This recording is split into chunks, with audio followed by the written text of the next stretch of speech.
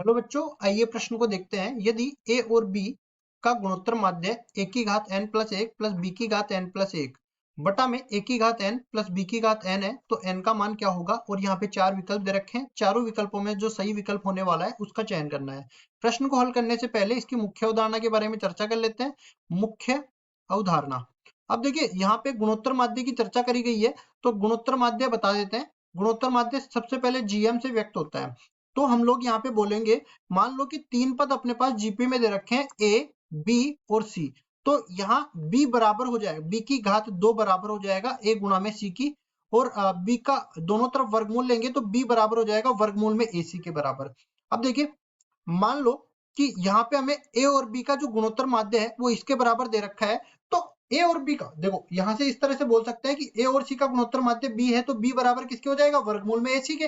और इसी तरह a और b का गुणोत्तर माध्य निकालना है तो वर्गमूल में ab के बराबर आ जाएगा। तो हम लोग कहेंगे प्रश्नानुसार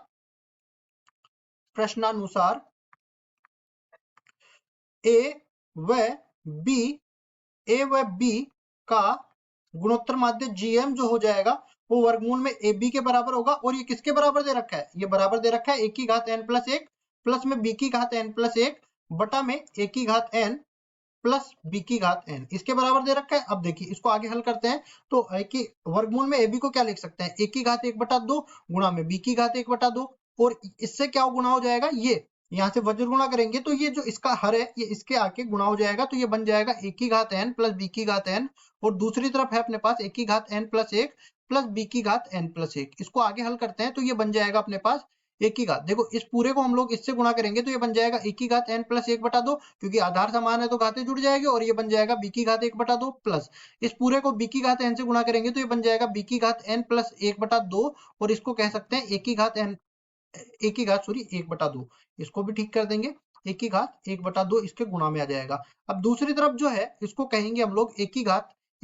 n प्लस 1/2 प्लस 1/2, और इसी तरह इसको भी कह देंगे b की घात n प्लस 1/2 प्लस 1/2। अब देखिए, b वाला पद इस तरफ ले जाएंगे, a वाला पद इधर इधर ले आएंगे, तो ये पूरा बन जाएगा किसके बराबर? देखिए, a की घात n प्लस 1/2 प्लस 1/2, और a वाला पद इस तरफ लेके आएंगे तो ये बन जाएगा माइनस में a की घात n प्लस 1/2 गुणा में b की घात 1/2, और दूसरी तरफ अपने पास जाएगा तो ये बनेगा b की घात n प्लस 1/2 और गुणा में a की घात 1/2, और ये दूसरी तरफ जाएगा तो ऋणात्मक बन जाएगा b की घात n प्लस 1/2 प्लस 1/2। ठीक है, इस पूरे में से अपने पास उभयनिष्ठ आ जाएगा a की घात n प्लस 1/2, तो अंदर इस तरफ बच जाएगा क्या? a की घात 1/2 माइनस में b की घात 1/2। इसी तरह यहाँ पे भी अगर मैं b की घात n प्लस 1/2 को उभयनिष्ठ ले लेता हूं तो यहाँ पे बनेगा a की घात 1/2 माइनस में b की घात 1/2। ठीक है, अब देखिए, ये पूरा पद जो है ये पद यहाँ से कट जाएगा,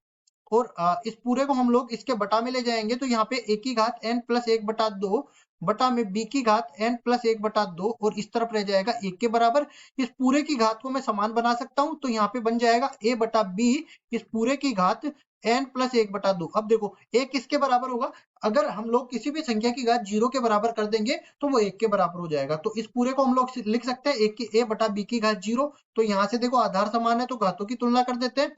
घातों की तुलना करेंगे तो अपने पास n प्लस 1/2 बराबर हो जाएगा 0 के, तो n का मान मिल गया माइनस 1/2 के बराबर, और केवल n का मान हमें निकालना था जो कि माइनस 1/2 के बराबर आ गया। विकल्प नंबर ए में ये दे रखा है, विकल्प नंबर ए सही उत्तर हो जाएगा।